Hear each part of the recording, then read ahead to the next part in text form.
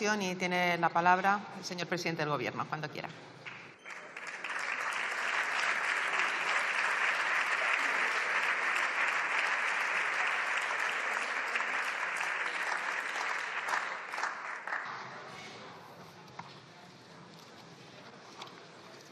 Muchas gracias, señora presidenta. Gracias, señorías. Y de nuevo, buenas tardes. Empezaré por responder, evidentemente, a todos y cada uno de los portavoces de los grupos parlamentarios y empezaré por el jefe de la oposición y presidente del Grupo Parlamentario Popular, ¿no? Yo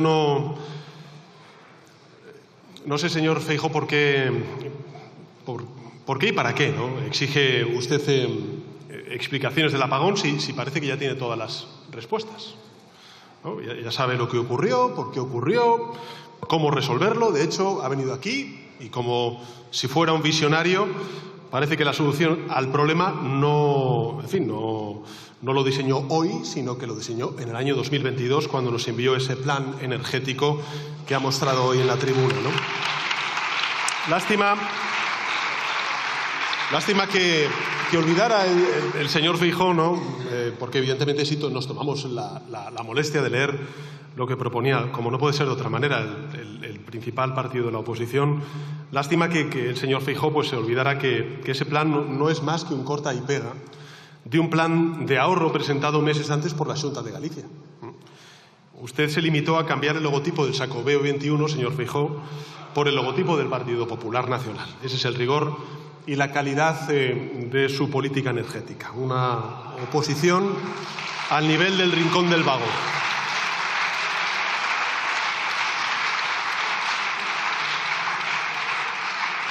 Por cierto que en ese plan, y leo textualmente, usted decía que las energías renovables deben ser activadas a plena potencia.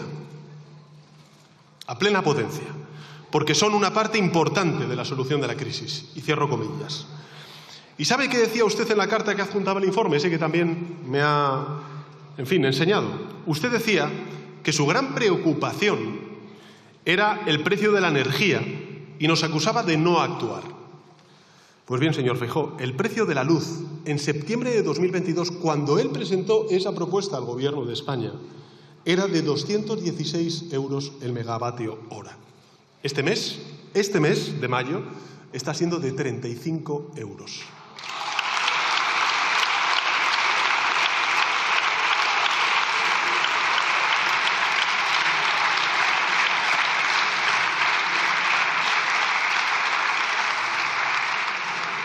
Yo entiendo que usted no tiene equipo, que el señor Tellado aún está tratando de entender la diferencia entre el vatio y el voltio.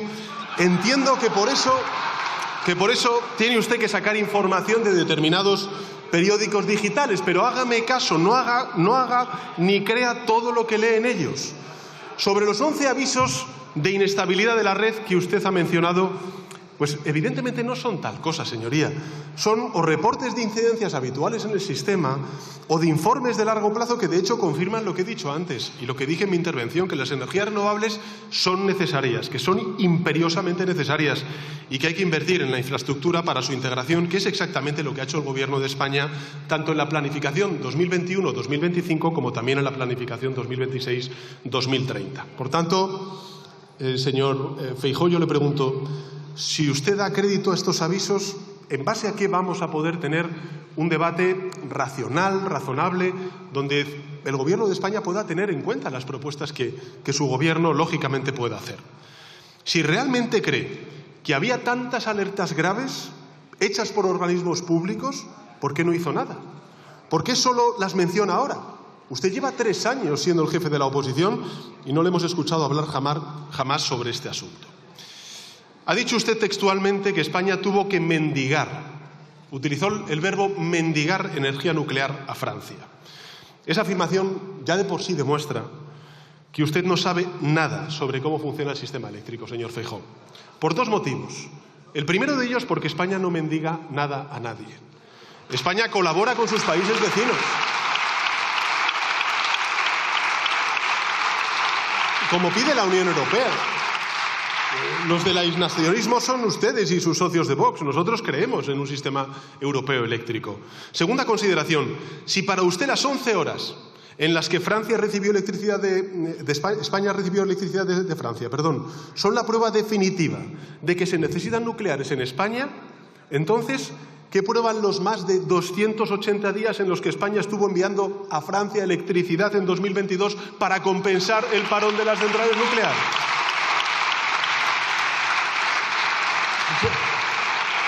Le digo más.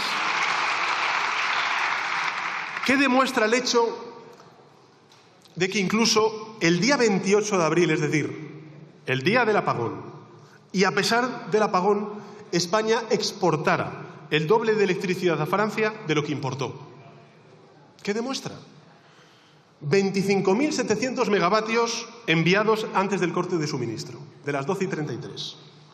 Y 12.700 megavatios traídos cuando hubo que reenergizar nuestra red. Yo creo que esto no es efectivamente el planteamiento que usted hace. Aquí lo único que fallan son sus argumentos, señoría.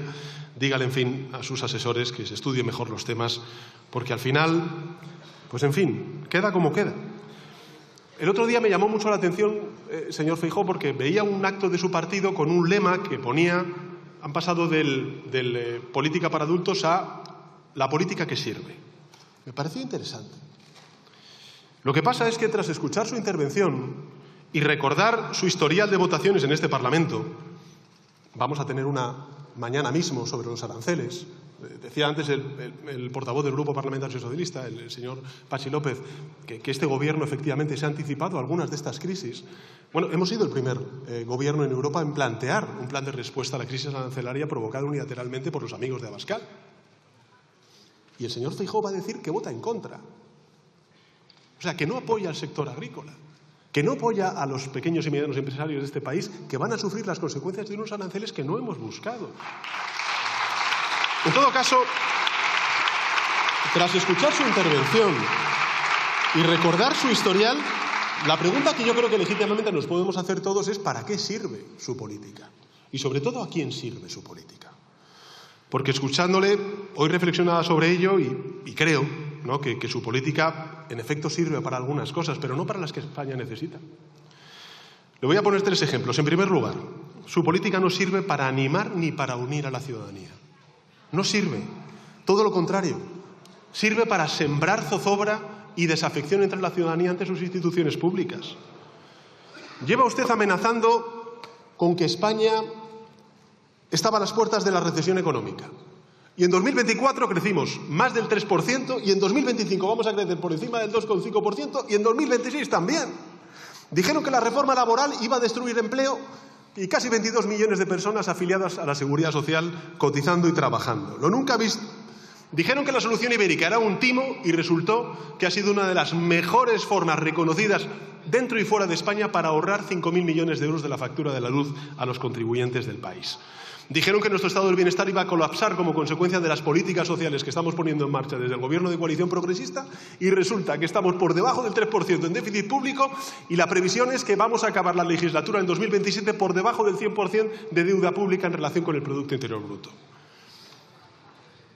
Llevan ustedes años, los 3 años que lleva, a ver si hay un resquicio para aprovechar cualquier ocasión, cada coyuntura, para generar sensación de caos.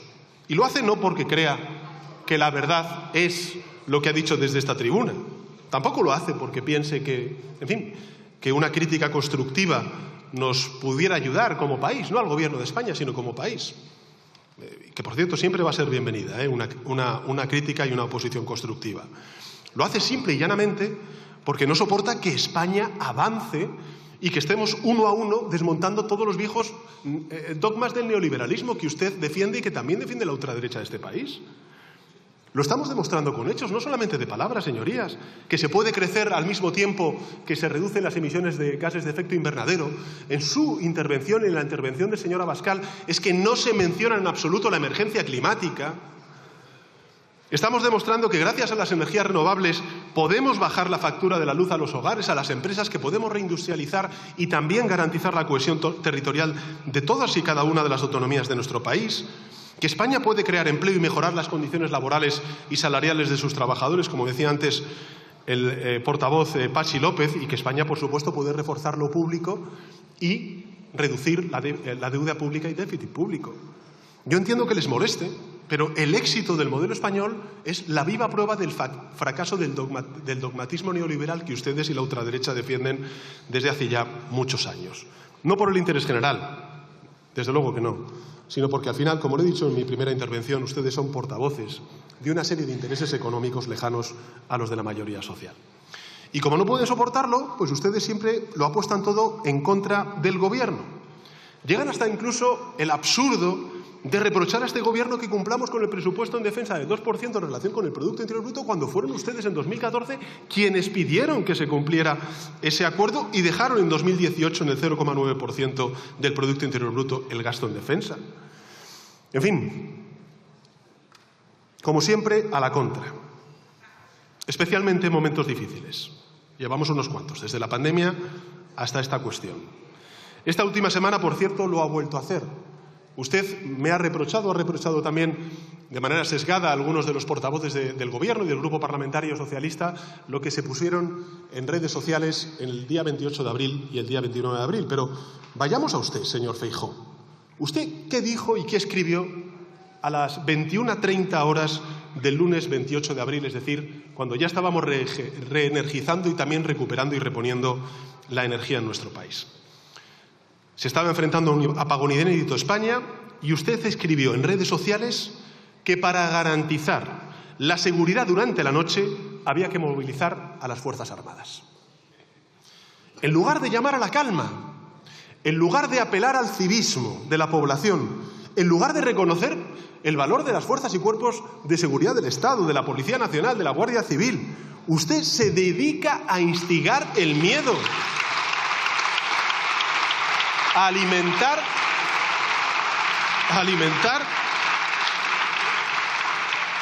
la expectación de una noche distópica, con disturbios, con incendios, con soldados patrullando por las calles, en fin, como un apocalipsis zombie.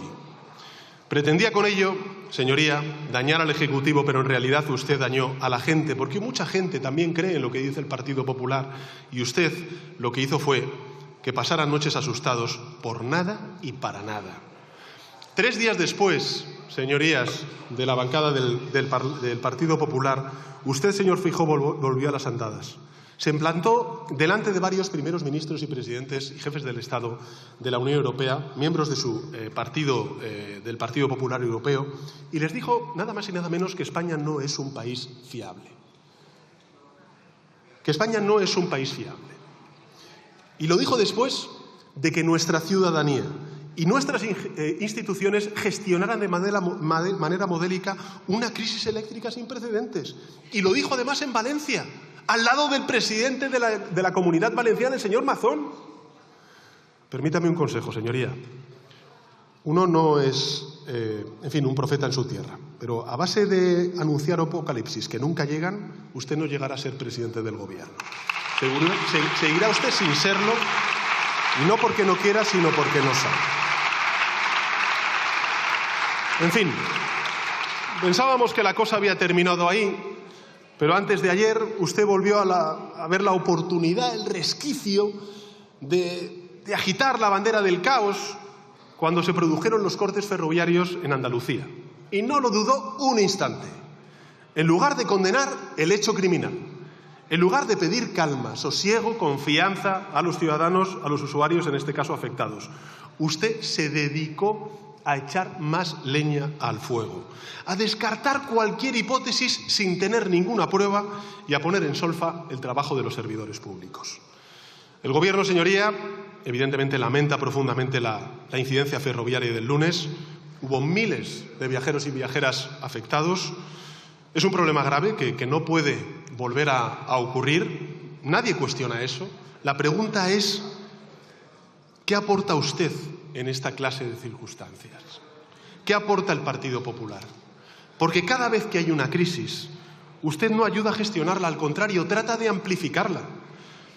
Cuando el país necesita más que nunca una oposición de Estado, usted se empeña en continuar con la oposición destructiva que le caracteriza.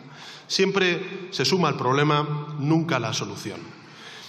Y todo ello, además, sencillamente porque no pueden soportar que España avance con políticas progresistas poniendo en evidencia lo injusto y lo caduco e ineficaces de sus dogmas neoliberales. Y además lo hace, y esto es lo grave, engañando a la gente. Fíjense, en la noche del 5 de mayo, usted tuiteó que España volvería a funcionar cuando el PP gobierne. Pero vamos a ver, señor Feijóo, si el gobierno de coalición progresista ha invertido un 72% más en el sistema ferroviario de lo que invirtió su partido cuando estaba en el gobierno. Si solo en el año 2024 hemos ejecutado obras por valor de 5.600 millones de euros, 2 veces más que la media más de lo que dejaron en 2017, ¿no? 2 veces y media, perdón, más de lo que dejaron en 2017, quiero ser exacto. Y hemos hecho la mayor compra de trenes de nuestra historia, por valor de 5.500 millones de euros. En fin, el transporte ferroviario de España es uno de los mejores de Europa, y esto no lo digo yo. Lo dice la Federación Europea del Transporte. Tiene cosas que mejorar, desafíos pendientes, sobre todo con consecuencia de la prolongación y extensión que hemos hecho inédita durante estos 7 años de la alta velocidad, sin duda alguna. Pero no pretenda que nadie piense que va a ser usted quien los solvente. A este Gobierno nos ha tocado gestionar crisis diversas, muy complejas, antes se han relatado, pero creo sinceramente, señoría, con los errores que hayamos podido cometer, y siempre estamos dispuestos a aprender, que hemos trabajado de manera eficaz y equitativa. Ahí están los datos socioeconómicos después de la pandemia y también de la guerra de Ucrania y su traslación a los bolsillos vía factura de la luz de la clase media trabajadora de nuestro país. Y lo hemos tratado de hacer también de manera dialogante, porque somos un gobierno de coalición en minoría parlamentaria y además por convicción y sin duda alguna con absoluta transparencia. Con otras instituciones hemos colaborado en favor de la cogobernanza y también, lógicamente, con los grupos parlamentarios, ayudándonos siempre en lo mismo, señorías, en el conocimiento técnico, en la ciencia, que tiene mucho que aportar, protegiendo siempre a las clases medias y trabajadoras y usando, lógicamente, todos los recursos del Estado para lograr una pronta recuperación. Y creo, de verdad, que los resultados han sido siempre positivos, aunque, por supuesto, estamos para aprender y para mejorar. Pero, como decía antes el portavoz del Grupo Parlamentario Socialista, lo que no vamos a aceptar es las lecciones de un partido a la hora de gestionar crisis como la del Partido Popular. No vamos a admitir lecciones del partido del Prestige, del Jack 42, del 11M, del accidente del metro de Valencia, de los incendios de Galicia, del partido del que se iban a morir igual en nuestras residencias de mayores de Madrid. No. Nosotros no vamos a aceptar lecciones del partido del Ventorro, que 6 meses después siguen sin asumir su responsabilidad y cambia de versión cada vez que le preguntan. Mire, ustedes siempre gestionan las crisis en 3 fases, mejor dicho. Primera, niegan el problema, lo ha dicho antes el portavoz del Grupo Parlamentario Socialista, son unos hilillos de plastilina. Segunda fase, elusión de responsabilidades. Se marchan a cazar a Toledo mientras un petrolero cargado de chapapotes se hundía en las costas gallegas, o a comer al Ventorro mientras se inundaba Valencia. Y si les piden explicaciones, ustedes escurren el bulto y culpan a otro. Por supuesto, a ETA. Por supuesto, al trabajador que pilota el barco, el tren, el avión. Sin duda alguna, vicepresidenta tercera, a la EMET. Y, por supuesto, ya uniéndose al partido del señor Abascal, a la Agenda 2030. Y finalmente, junto con estas 2 fases, la tercera, la mentira. Mienten descaradamente, ocultan información a la opinión pública, manipulan las pruebas, falsean informes técnicos, se inventan conversaciones que dudamos que existieran. Esto no ha ocurrido hace 5 años, ha ocurrido hace pocos meses, señor Feijóo. Suba aquí y diga si de verdad el 30 de octubre, cuando usted estuvo en Valencia y afirmó que había estado en contacto permanente con el presidente de la Generalitat Valenciana, con el señor Mazón, durante el Día de la Dana, y que sabía perfectamente, porque estaba informado, lo que había ocurrido, ¿cómo es posible que cuando entregó el registro de llamadas el señor Mazón no hubiera ninguna llamada con usted?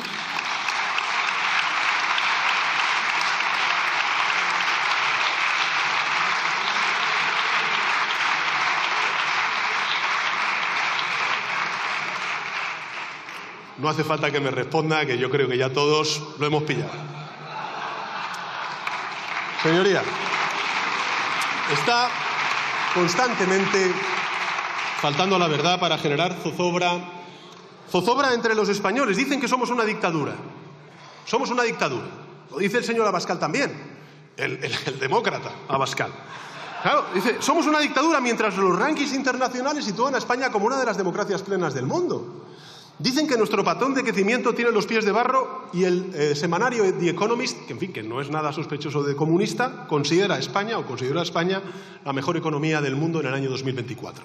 Su portavoz, señor Feijóo, la señora Gamarra, dijo hace unos días textualmente lo siguiente: este gobierno, por supuesto el malvado Sánchez, esto lo añado yo, pero bueno, imagino que la elipsis, y cito textualmente, es el gobierno que más daño ha hecho a la libertad de prensa desde 1978. O sea, bastante, ¿eh? Desde 1978. Y lo dice exactamente el mismo día que una prestigiosa asociación, Reporteros Sin Fronteras, publica su informe anual y dice que España tiene la mejor puntuación de la historia en relación con la libertad de prensa. Es que, de verdad, es que no hay por dónde cogerle. Es que no hay por dónde cogerle. Nos sitúa 8 puestos por delante en el ranking global de donde estaba en 2018 cuando gobernaba el Partido Popular. Ahora dicen que el Ejecutivo oculta las razones del apagón. Ocultamos las razones del apagón. Como Abascal dice que como hicimos con China y el virus. Que no estamos vigilando las vías del AVE. Cuando en realidad es que desde que gobernamos la inversión en seguridad ferroviaria ha aumentado un 20% y que hay 17.200 policías y guardias civiles más que cuando ustedes gobernaban el país.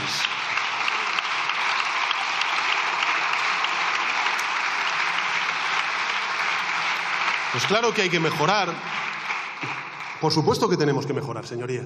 Nosotros estamos dispuestos a mejorar, lo saben bien los ministros y ministras, yo el primero, pero no solamente el Gobierno tiene que mejorar. Yo creo que también, y se lo digo con absoluta franqueza y en fin, total cordialidad, creo que sería bueno que mejorara también la oposición. De verdad. Porque no resulta creíble que todo esté mal en el país. Todo está mal, todo es desorden, todo es alarma social, todo es caos. Hablan de lo mal que va la economía española. Y luego yo enciendo la tele y veo a los presidentes autonómicos del Partido Popular sacar pecho por los datos de empleo territorializados.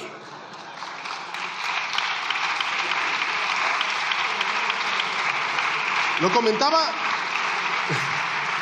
comentaba el otro día precisamente con el ministro del Interior, Fernando Grande Marlaska, ¿no? Alarman sobre el sanchismo, el malvado Sánchez. Bueno, la señora Ayuso yo creo que es, en esto le gana, por poco, pero le gana, ¿no? Y el Gobierno de Madrid fue el último en desescalar, en pedir la desescalada del nivel 3 al nivel 2 en emergencia de protección civil y, por tanto, en tener la intervención del Ministerio del Interior y del Gobierno de España. Critican mi viaje a China. Está mal, muy inapropiado. Ellos han ido a China, por supuesto, pero yo no puedo ir. Bueno, critican mi viaje a China. Pero bien que sus presidentes autonómicos sacan pecho de los proyectos de inversión territorializados en sus comunidades autónomas, gracias a la diplomacia del Gobierno de España. Demandan más financiación autonómica, pero votan en contra de las entregas a cuenta. Alarman sobre la deriva dictatorial del Gobierno. Y esta misma semana hemos conocido un nuevo récord en visitas de turistas internacionales. Hombre, yo creo que es un poco raro, ¿no? Le voy a leer algo, señor Feijóo. Y abro comillas. Hoy Galicia tiene el 67% de su potencia eléctrica instalada basada en fuentes renovables. Pero debemos ir más allá. Nos proponemos alcanzar más de 14.500 megavatios de potencia instalada de energías renovables en 2030. Esta apuesta va a permitir que el 100% de la energía eléctrica consumida en Galicia sea de origen renovable. Cierro comillas. ¿Usted sabe de dónde viene esto? ¿Sí o no? ¿Sabe de dónde viene? De su programa electoral. Del último con el que usted se presentó a la presidencia de la Xunta de Galicia. Es que es impresionante. Es impresionante. No nos queda claro si el señor Feijóo en 2020, cuando se presentó, pues no nos queda claro si tenía una posición clara sobre las energías nucleares. Lo que sí nos queda claro, después de leer el programa electoral del señor Feijóo, cuando se presentó por última vez a la Xunta de Galicia, es que las nucleares las quería en España, pero no en Galicia.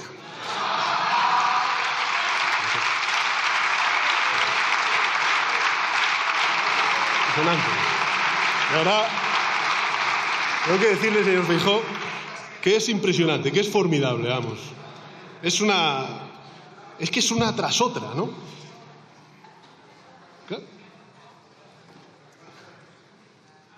La segunda es, ¿usted a quién sirve?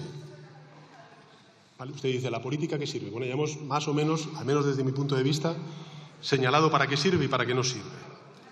Pero ¿usted a quién sirve, señoría? Fíjense, en muchos momentos, y además mañana tenemos una importante votación porque hay muchas empresas, mucho autónomo, mucha economía social, mucho campo, señora Abascal, mucha industria, en todos y cada uno de los territorios de España que va a estar muy pendiente de lo que se vote aquí, con la convalidación del Real Decreto Ley de medidas urgentes para paliar los efectos de unos aranceles que nadie ha buscado en Europa y que solamente ha impuesto unilateralmente una administración que es la estadounidense. Y yo, desde esta tribuna, he tenido ocasión de reprochar, creo que con argumentos y con datos sólidos, su sistemático voto en contra de medidas que benefician a la mayoría social del país. Voten lo que voten, hasta incluso votando al Partido Popular o votando a la ultraderecha de Vox. En materia de pensiones, de salario mínimo, de reforma laboral, en fin, yo creo que el track record que tiene usted como líder de la oposición en votar sistemáticamente que no a todas aquellas cosas que benefician hasta incluso a sus propios electores es bastante sorprendente. Pero el último ejemplo, ¿no?, de esta férrea defensa que usted y su partido hacen de los intereses particulares con nombres y apellidos de determinadas personas, lo tenemos esta misma semana, con su voto en contra del decreto de defensa a los sectores productivos de los aranceles. No es que voten abstención,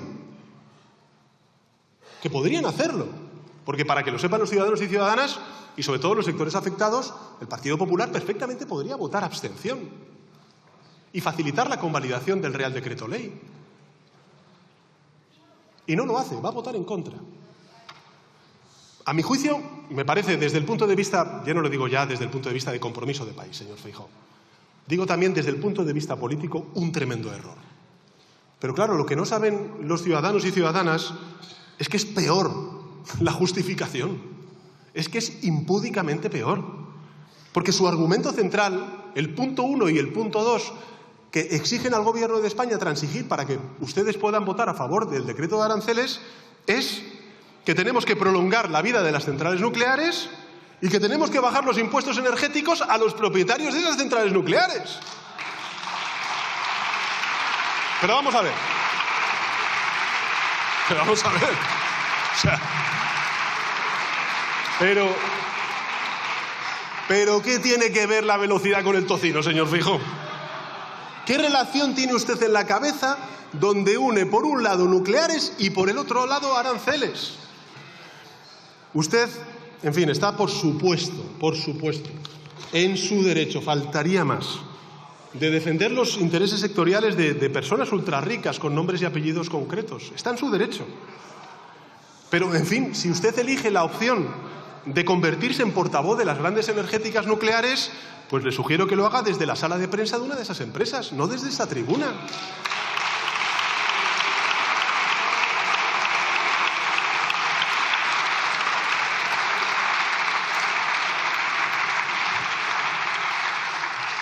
O mejor aún, señor Feijóo, o mejor aún, que se presente a las elecciones al que usted representa. A ver si gana las elecciones. Desde luego ya le adelanto que va a ganar menos dinero. Yo de verdad me pregunto, señor Feijóo, ¿cómo le va a decir usted a la gente que su partido rechaza avalar un decreto de 14.100 millones de euros, que básicamente, ya me dirá usted qué ideología hay detrás, de avales para facilitar la liquidez, de ayudas para reorientar capacidades productivas a sectores que son, dice el señor Tellado, insuficiente? Perfecto, absténganse, pero no voten en contra. Claro, con el argumento del insuficiente, pues les vale todo. Pero ¿qué argumento hay para que usted vote en contra, no se abstenga incluso de esos 14.100 millones de euros? Y, en fin, que encima usted ponga en el primer punto y el segundo punto de los requisitos para que nosotros, en fin, tengamos que acordar con ustedes la prolongación de la vida nuclear, de la vida de las centrales nucleares y la reducción de los impuestos para financiar precisamente a las grandes empresas energéticas. Yo no sé cómo se lo va a explicar, por ejemplo, al sector del aceite de oliva, al vino, a la cerámica, al automóvil. No sé, yo creo que, en mi opinión, España no necesita políticos al servicio de los poderosos. España necesita políticos valientes que defiendan el interés general de la gente.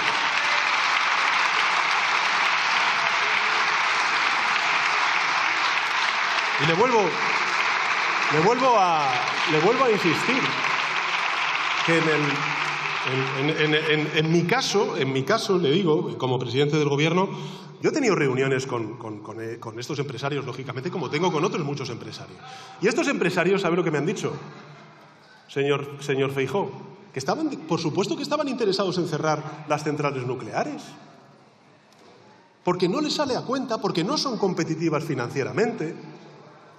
Por eso, señoría, pues nosotros tenemos, pues yo creo que una posición bastante racional y bastante razonable, que no ha cambiado en estos 7 años. Fueron las empresas las que acordaron un calendario pactado de cierre de las centrales nucleares a partir del año 2027 al año 2035. El Gobierno lo aceptó y el Gobierno, pues por supuesto, escuchará al sector si es que tiene algún planteamiento que hacer. Pero lo he dicho en mi primera intervención, es que formalmente no ha hecho ninguna petición. Y desde luego, hombre, yo creo que los 3 criterios que son puro sentido común.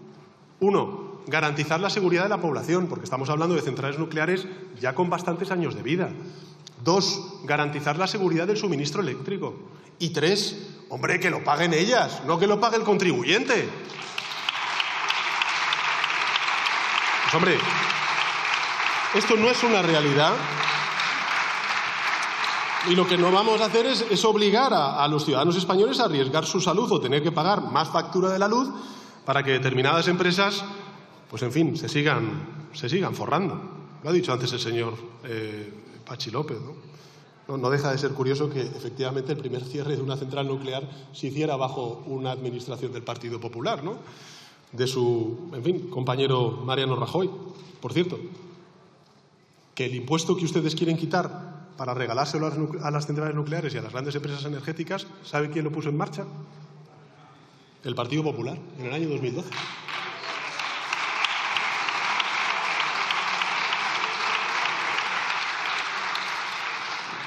Y llegamos así al tercer gran uso de su política, señoría, que es que al final, con todo su discurso, lo único que hace, tremendista, catastrofista, de venir aquí, pues eso, deseando siempre que a ver si, por favor, este día sí. Luego se levanta, ve los datos y este día a ver si.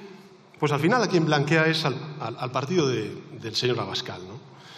Fíjense, la semana pasada yo creo que ha ocurrido algo muy importante, que abrió todas las páginas de los principales medios de comunicación escrita, no solamente en España, sino en Europa. También el apagón, señor Tellado, por supuesto que sí.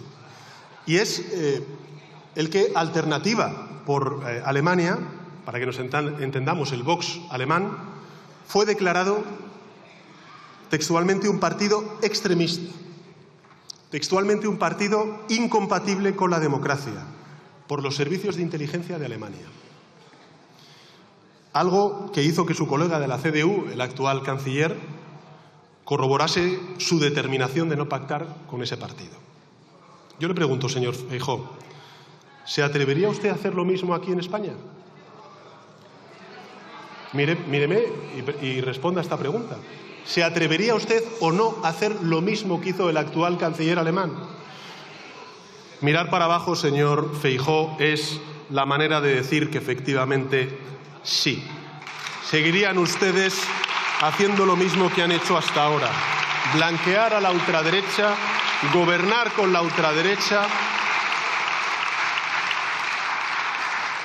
porque es la única mínima posibilidad de intentar llegar a la Moncloa. Es la única mínima posibilidad que tiene usted de llegar a la Moncloa, de la mano del señor Abascal. Usted ha venido aquí, lo hace además Me encanta, señor Tellado, esta relación interactiva que tenemos usted y yo. Usted habla de mis discrepancias, señor Feijóo, con mis socios de gobierno de coalición, y es verdad, las tengo. Son públicas y notorias, yo nunca las he escondido. De hecho, somos partidos diferentes, con culturas diferentes. Defendemos aproximaciones diferentes a temas que son muy importantes. Luego encontramos un mínimo común denominador y damos una respuesta que yo creo que está siendo eficiente y eficaz para muchos de los desafíos que está afrontando España, sobre todo el de la transformación social y económica de nuestro país. Tenemos perspectivas diferentes sobre, bueno, se han visto aquí, ¿no?, sobre cómo disuadir y proteger a nuestro país y a Europa, sobre cómo abordar algunas políticas económicas y fiscales. Esto es evidente. Pero, como he dicho antes, ahí están los resultados de nuestra gestión. Y si me lo permite, señor Feijóo, yo le voy a hacer una consideración.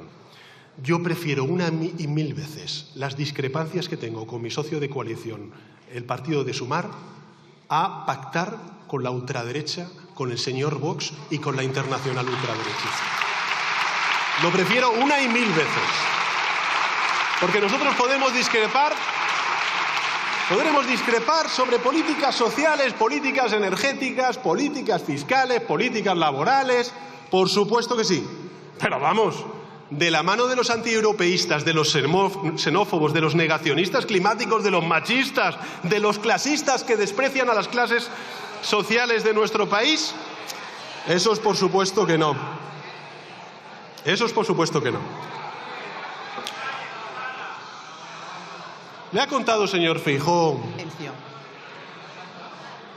usted esto a sus amigos del Partido Popular Europeo? ¿Aprovechó que estaban ustedes en Valencia para explicarles los detalles del Pacto del Ventorro y la renuncia al Pacto Verde, por ejemplo? Qué incómodo debió ser aquello, ¿no? Se le veía en la cara al señor Feijóo. Era incómodo verle al señor Feijóo con el señor, iba a decir Abascal, bueno, este también. No fue ni al debate por no estar con él. Digo, con el señor Mazón, ¿no? Quiso sacar el Congreso de su partido, del Partido Popular Europeo de Valencia, y no le dejaron, porque tenía que pagar el señor Feijóo y no el Partido Popular Europeo. Y entonces se inventó la mejor manera. ¿Cómo podemos resolver esta crisis? Pues le compramos un billete al señor Mazón para que se vaya a Nueva York. El problema es que se les olvidó que tenía que ser solamente de ida. Y fue de ida y de vuelta, y tenemos de nuevo al señor Mazón como presidente de la Generalitat de Valencia, lo cual es un bochorno y un sufrimiento para el pueblo valenciano y también para el pueblo español. En fin, política para adultos. Su nuevo eslogan es una supuesta política que sirve. A ver, yo creo... Mi impresión, señor Feijóo, viendo las caras de algunos dirigentes y parlamentarios de su grupo, yo creo que, visto lo visto, no le sirve ni a los suyos. Por muchos aspavientos que haga usted cuando sube a esta tribuna, por muchos insultos que me lance, el Gobierno lo que va a hacer es continuar con su hoja de ruta de transformaciones y de avances sociales hasta 2027. No sé si era el señor Catalá quien decía elecciones, usted también ha pedido elecciones. Una consulta pública, decía el señor Catalá, de UPN, ¿no? La terminal del PP en Navarra, ¿no? Bien, bueno, pues si ya hubo una gran consulta el 23 de julio de 2023 y los ciudadanos fueron claros, y habrá otra en 2027 cuando haya elecciones generales. Y nosotros aspiraremos legítimamente a repetir mandato. Y mientras tanto, bueno, pues lo que tenemos que hacer es lo que hace cualquier democracia. El Gobierno gobernar, la oposición, pues ser una oposición, a ver, algo constructiva, no digo que en fin, que esté tendiendo constantemente la mano al Gobierno, pero al menos en aquellas cuestiones que son, en fin, de sentido común, como es, por ejemplo, la convalidación mañana del decreto de aranceles, pues piense más en su país, en el sector primario, en el sector industrial, en los territorios donde hay gobiernos del Partido Popular, y en fin. Y si algún día rectifica su forma de hacer oposición destructiva, aquí me encontrará, señor Feijóo, y yo creo que además el país se lo agradecerá. Por cierto que veo que ustedes han dicho en las redes sociales que nuestro país tiene mucho uranio, dicen, ¿no?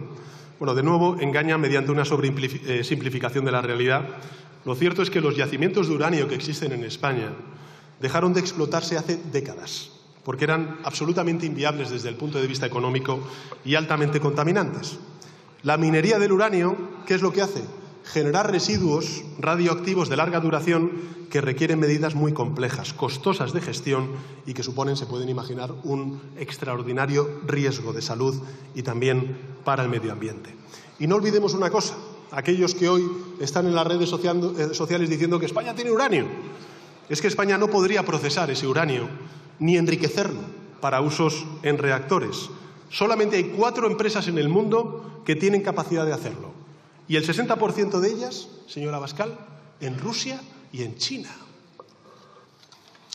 Y además hay un tratado de no proliferación, señor Feijóo, del que España es firmante desde el año 1987, que efectivamente impone restricciones muy estrictas a la transferencia de tecnologías de enriquecimiento a países no nucleares. En fin, crear toda la cadena de valor del uranio sería imposible, desde la minería hasta el enriquecimiento y la gestión de residuos, lo que implicaría un coste económico, social y medioambiental que, por supuesto, el Gobierno de España no está dispuesto a asumir y como creo que también no lo está la mayoría social de nuestro país.